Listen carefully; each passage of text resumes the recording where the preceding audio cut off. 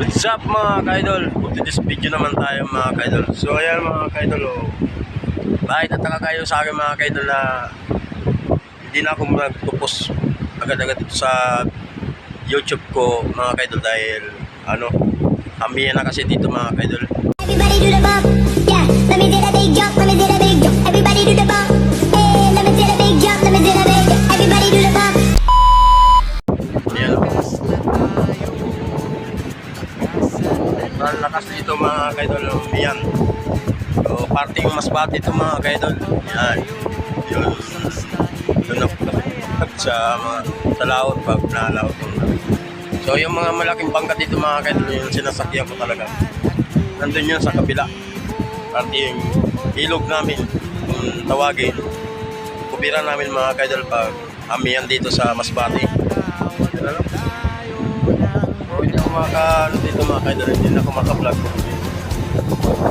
Ito lang. Ang lugar ko mga ka-idol, kung bakit minsan kami na ito lugar ko. Kahit minsan doon kami na. Doon, pila-pila yan dyan mga malaking sasakyan mga ka-idol, halap buhay sa dagat. Yan, pila-pila yan. Kaya hindi na ako makapost dahil hamihan na dito, mahigit 1 buwan na mga ka-idol ang hamihan dito. Matake sa amin. So, malala muna tayo at balik tayo sa content light. Mga ka-idol. Punta doon. No? Kaya lakas talaga ng amihan. Kung maganda naman yung tanawin mga ka-idol, matake lang ang amihan dito. Pawa siya. Yan mga ka-idol. Amihan talaga no. So yung mga ka-idol nag-active lang ako mga ka-idol dahil alam niyo naman ang buhay namin dito. Sa lahat ng bawat lugar-lugar na natin mga ka-idol ay may isang vlogger tayo talaga na mapapakita sa lahat ng tao, no? Kaya mga ka-idol, so update na lang ako sa sunod ko lang mga video mga ka-idol dahil mga ka-idol, kasi kahapon so hindi ko nabutan yung patay na tao mga ka-idol.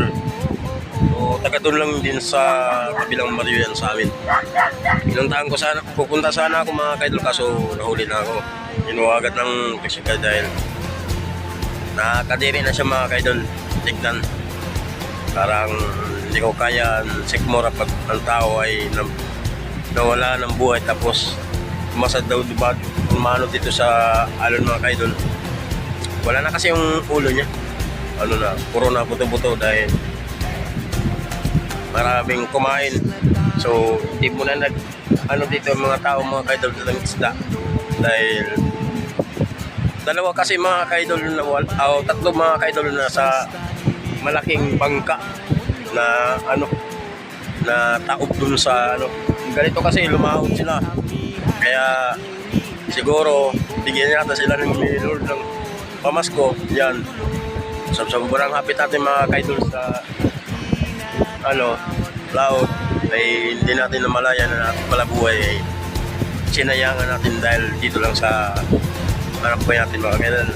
So nandun lang nga tayo, mga hanap buhay tayo mga ka-idol. Kung sana naisip nila muna na yung laot natin mga ka-idol ay sobrang laki ng alon ay gano'ng kalaking bangka kami yung sinasakyan ko mga ka-idol ng bangka naman cover nga kami, walang laot-laot. Sila pa na isang madaming isda pa rin dito kahit amihan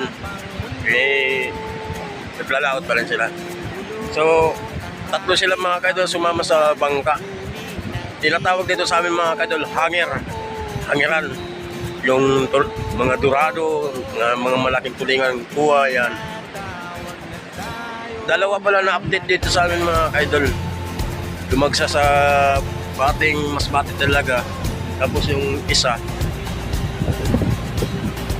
doon sa Samar bang tawagin, basta dito sa Tagapulan tawagin. Kasi dikit naman sila ang tagapulan mga ka-idol sa Samar. So yan. So sana maintindihan nyo naman itong mga video ko mga ka-idol dahil ito lang ko, na-update ko ngayong araw lang. So sana paki-follow at share naman itong video ko mga ka-idol para makatulong tayo. ng ibon.